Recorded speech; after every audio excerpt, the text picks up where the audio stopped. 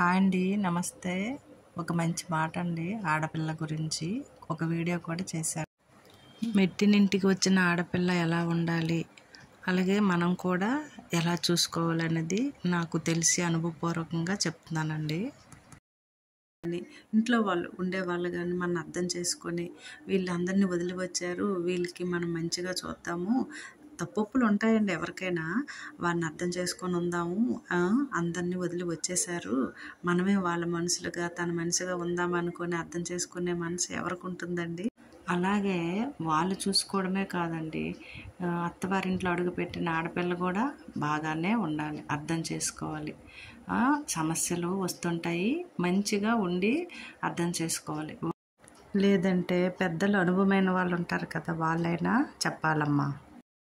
అలాగే సంబంధాలు కలుపుకునేటప్పుడు, పెళ్ళి నిర్ణయించుకునేటప్పుడు పెద్దలు చాలా రకాలుగా మాట్లాడుకుంటారు. ఆ మాటల్ని నిలబెట్టుకోవాలి, పిల్లలకి సర్ది చెప్పాలి.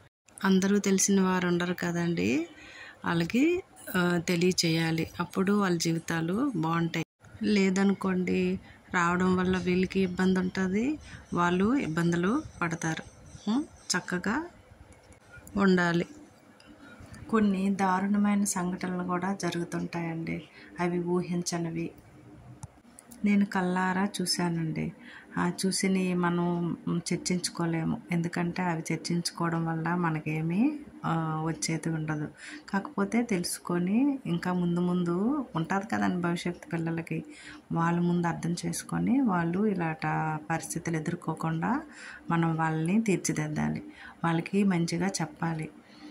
నిజంగా కొన్ని సంఘటనలు జరగడం వల్ల మంచిదేనండి, ఎందుకంటే ఓహో ఇలాగ ఉంటుందా, ఈ రకంగా ఇలాగ ఉంటారా అని ఉంటుంది. కొందరు ఏంటంటే డబ్బుకి ఎక్కువ ప్రయారిటీ ఇస్తారండి. డబ్బుకి ఇవ్వాలండి, ఇచ్చినా సరే మనుషులకు కూడా వాల్యూ ఇవ్వాలి. ముందు మనం ఏంటి ఎలాగో ఇచ్చేసాము, ఇప్పుడు ఎందుకు డబ్బులు మనకి ఇదే అని మనిషిని అంత దినగా చూడాలనే ఒక జ్ఞానం మనిషికి ఉందనుకోండి, ఇంకా జీవితాలు బాగుంటాయి. లేదంటే బతుకుతారండి, ఎందుకండి బతుకులు, డబ్బులు వస్తాయి, మంచి ఇల్లులు ఉంటాయి, అంతా బాగుంటుంది, కానీ వాళ్ళకి ఒక్కసారి మనసు పెట్టి తిన్నగా పడుకొని మనసు పెట్టి ఆలోచిస్తే అప్పుడు అర్థమవుతుంది వాళ్ళ జీవితం అంటే ఏంటి, ఇంత దారుణంగా మనం చేసామా అనే ఒక ఇది ఉంటుంది. అలాంటివి మనం లైఫ్లో తెచ్చుకోకూడదండి. మాటకు మాట అనుకోవచ్చండి, మాటకు మాటే సమాధానం, అంతేగాని మాట్లాడినంత మాత్రానికి ఆ మనిషిని ఏదో చేసేయాలి, ఏదో రకంగా ఇబ్బంది పెట్టేయాలి అనే దారుణానికి మాత్రం ఒడికట్టకూడదు. మళ్ళీ కలిసిమెలిసి ఉండాలి, ఒకే ఇంట్లో వాళ్ళము అని సమర్థించుకునే ఇది ఉండాలి. మెయిన్ పెద్ద మంచిగా చెప్పుకునే సామర్థ్యం ఉండాలి. అతనే వేరే విధంగా ఉండి ఏదో ఆలోచించి సంఘంలో నాకు ఏదో పెద్ద పేరు వచ్చేస్తుంది అని తన మనిషిని ఇబ్బంది పెట్టి అసత్యాలు కూడా పలికి ఆ మనిషిని ఇబ్బంది పెడితే అది ఎంత దారుణం కదండి. కానీ ఇవన్నీ ఎదుర్కొని ఏ అమ్మాయి అయినా ఏ అబ్బాయి అయినా ఆలోచించి సమర్థించుకొని జీవితాన్ని సాగిస్తారో అది జీవితం అంటే కదండి.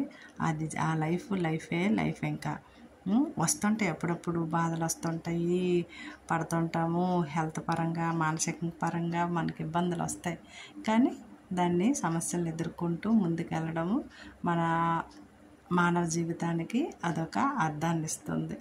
లేదంటే ఇంకా గొడవలు, కొట్టుకోవడాలు, చంపుకోవడాలు ఇవే మనకి జీవితాంతం సరిపోతాయి కదండి. అలాగే ఆలోచించి మంచిగా ఉండాలని నా ఆశ అండి, ఏమంటారు?